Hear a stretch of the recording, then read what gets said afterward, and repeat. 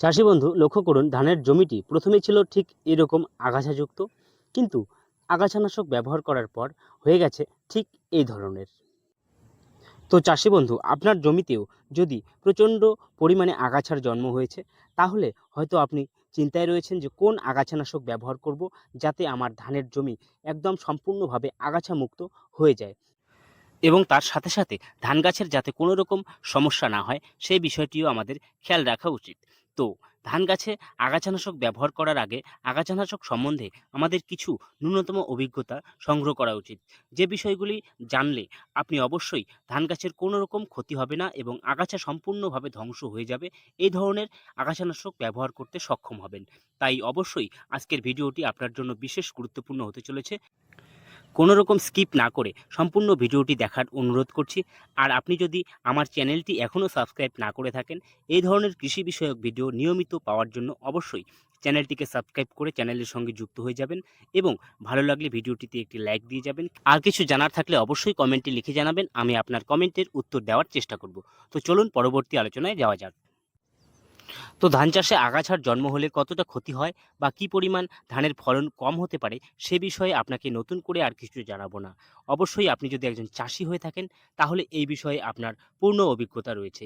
কিন্তু ধান চাষে যে আগাছানাশকগুলো আমরা ব্যবহার করি বা আগাছানাশক ব্যবহার করার ক্ষেত্রে কোন কোন বিষয়গুলি খেয়াল রাখতে হবে, এবং কোন সময়ে কী ধরনের আগাছানাশক ব্যবহার করলে আমাদের ধানের জমি একদম আগাছা মুক্ত হয়ে যাবে, সেই বিষয়টি জানতে অবশ্যই বিশেষ কিছু বিষয় আমাদের জেনে রাখা উচিত। যে বিষয়গুলি শুধুমাত্র আগাছা নষ্ট করবে না, তার সাথে সাথে ধানের চেহারাও সুন্দর সবুজ সতেজভাবে রাখবে, এবং পরবর্তী সময়ে ধানের ফলনে কোনো রকম ঘাটতি করবে না। তাই অবশ্যই ভিডিওটিতে যে বিষয়গুলি আলোচনা করতে চলেছি সেই বিষয়গুলি অবশ্যই মনোযোগ সহকারে শুনবেন, এবং যে মেডিসিনগুলো আমি ব্যবহার করতে চলেছি সেই মেডিসিনগুলো অবশ্যই সঠিক সময়ে ব্যবহার করলে সম্পূর্ণ 100% আপনি আগাছা মুক্ত ধান জমি তৈরি করতে পারবেন। তো এই যে আগাছা বা ঘাসগুলো যে দেখতে পাচ্ছেন, এই ঘাসগুলোতে আমি ৭ দিন আগে আগাছানাশক ব্যবহার করেছি, যার জন্য এই ঘাসগুলোর গোড়াটা পচতে শুরু করেছে। ৭ দিন পর ঘাসগুলোর শিকড়গুলো নষ্ট হয়ে গেছে, এবং ঘাসগুলো আস্তে আস্তে খাবার অভাবে সম্পূর্ণ নষ্ট হয়ে যাবে। তো এই ধরনের আগাছানাশক ব্যবহার করতে হলে অবশ্যই আপনাকে আগাছার চেহারা বা আগাছার বয়স যখন কম থাকবে, যতটা ছোট বয়সে আপনি আগাছানাশক ব্যবহার করবেন, ততটাই আপনার আগাছা দ্রুত ধ্বংস হয়ে যাবে, আর ধানের কোনো রকম ক্ষতি হবে না। তাই অবশ্যই চেষ্টা করবেন ধান গাছের আগাছা যাতে ধান গাছের সমান হয়ে না যায়। অবশ্যই ধান গাছের থেকে অর্ধেক বা ৩ ভাগের ১ ভাগ চেহারা যখন থাকবে, ঠিক সেই সময়ে আপনি আগাছানাশক ব্যবহার করার চেষ্টা করবেন। তাহলে দেখবেন আগাছাগুলো দ্রুত ধ্বংস হয়ে গেছে, এবং আপনার ধানের জমি একদম পরিষ্কার পরিচ্ছন্ন হয়ে আছে। আগাছার জন্য ধানের কোনো রকম চেহারার পার্থক্য লক্ষ্য করতে পারবেন না। ধানের গাছ হলদে হবে না, ধানের পাতাও হলদে হবে না, এবং জমিটিও সম্পূর্ণ আগাছা মুক্ত হয়ে যাবে। তো অবশ্যই কৃষক বন্ধু, আগাছানাশক কিন্তু আমরা বাজারে অনেক রকমের পেয়ে যাই। এক এক ধরনের ফসলের জন্য এক এক রকম আগাছানাশক আমরা পাই, এবং এক এক সময় অর্থাৎ আগাছার বয়সের উপর ভিত্তি করেই আমাদের আগাছানাশক ব্যবহার করা উচিত। তাই বাজারে আমরা যত ধরনের আগাছানাশক পাই, সেই আগাছানাশকগুলো কিন্তু বিভিন্ন রকমের হয়ে থাকে।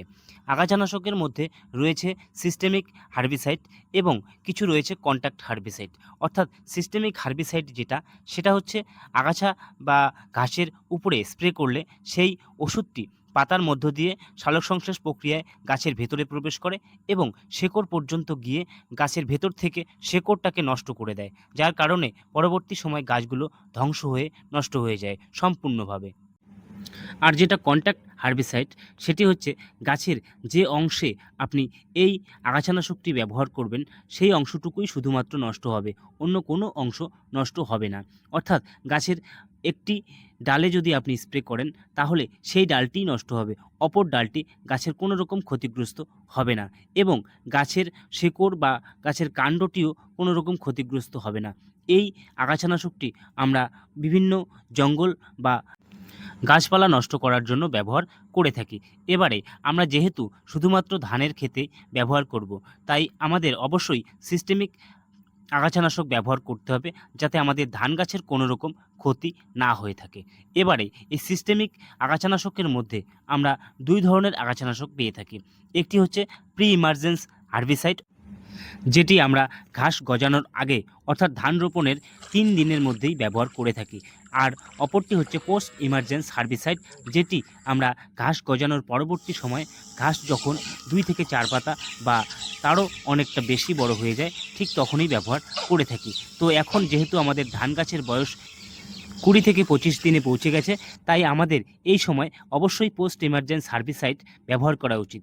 তাই এই পোস্ট ইমার্জেন্স হার্বিসাইড হিসেবে আপনারা কোন মেডিসিন ব্যবহার করবেন, এবারে সেই বিষয়ে অবশ্যই আপনাকে বিস্তারিত জানাতে চলেছি। তাই অবশ্যই ভিডিওটি যদি ভালো লাগে অবশ্যই একটি লাইক করবেন এবং ভিডিওটি প্রচুর পরিমাণে শেয়ার করবেন, যাতে প্রত্যেক কৃষক বন্ধুই ভিডিওটি দেখে উপকৃত হতে পারেন। তো চলুন পরবর্তী বিস্তারিত আলোচনায় যাওয়া যাক। তো ধানের জন্য যে আগাছানাশকগুলো ব্যবহার করি সেই আগাছানাশকগুলোর মধ্যে সবথেকে বিশেষ গুরুত্বপূর্ণ এবং কার্যকরী এবং দামেও অনেকটা কম, যা খরচ বাঁচাতে আমাদের অনেকটাই সাহায্য করে, এই ধরনের বিশেষ দুটো আগাছানাশক সম্বন্ধে ভিডিওতে বলতে চলেছি।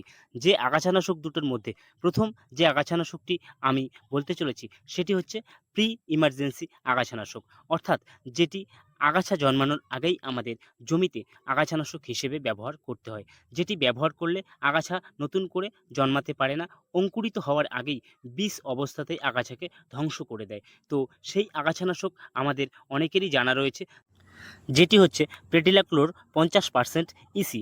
এই টেকনিক্যালের আগাছানাশকটি আমরা যদি ধান জমিতে ব্যবহার করি তাহলে ধান রোপণের 72 ঘন্টা পর অর্থাৎ 3 থেকে 4 দিন পর আমরা ব্যবহার করলে দ্রুত সেই জমিতে আগাছার জন্মানোটাকেই রোধ করতে পারি, যার কারণে পরবর্তী সময় আগাছা তেমন একটা হয় না বললেই চলে, একদম জমি পরিষ্কার পরিচ্ছন্ন থাকে। তাই আপনি যদি এই প্রেটিলাক্লোর 50% ইসি এই মেডিসিনটি ব্যবহার করে ফেলেছেন তাহলে সব থেকে বুদ্ধিমানের কাজ করেছেন। তবে এটি ব্যবহার করতে অবশ্যই জমিতে 2 থেকে 1 ইঞ্চি জল থাকতে হবে এবং অবশ্যই সমানভাবে বালুর সাথে ঠিক এইভাবে মিশ্রিত করে সমানভাবে জমিতে ছড়িয়ে দিতে হবে, যাতে কোনো জায়গায় কম বা বেশি না হয়ে যায়। এটি যদি আপনি ব্যবহার করেন তাহলে প্রতি একরে 500 ml ব্যবহার করতে হবে, অর্থাৎ প্রতি বিঘায় আপনি 150 গ্রাম ব্যবহার করতে পারেন। তো এই মেডিসিনটি অবশ্যই ব্যবহার করে থাকলে আপনার জমিতে আগাছা জন্মানোর কোনো রকম চান্স থাকে না, যার কারণে পরবর্তী সময় জমিতে আগাছার সম্ভাবনা একেবারেই থাকবে না বলেই চলে।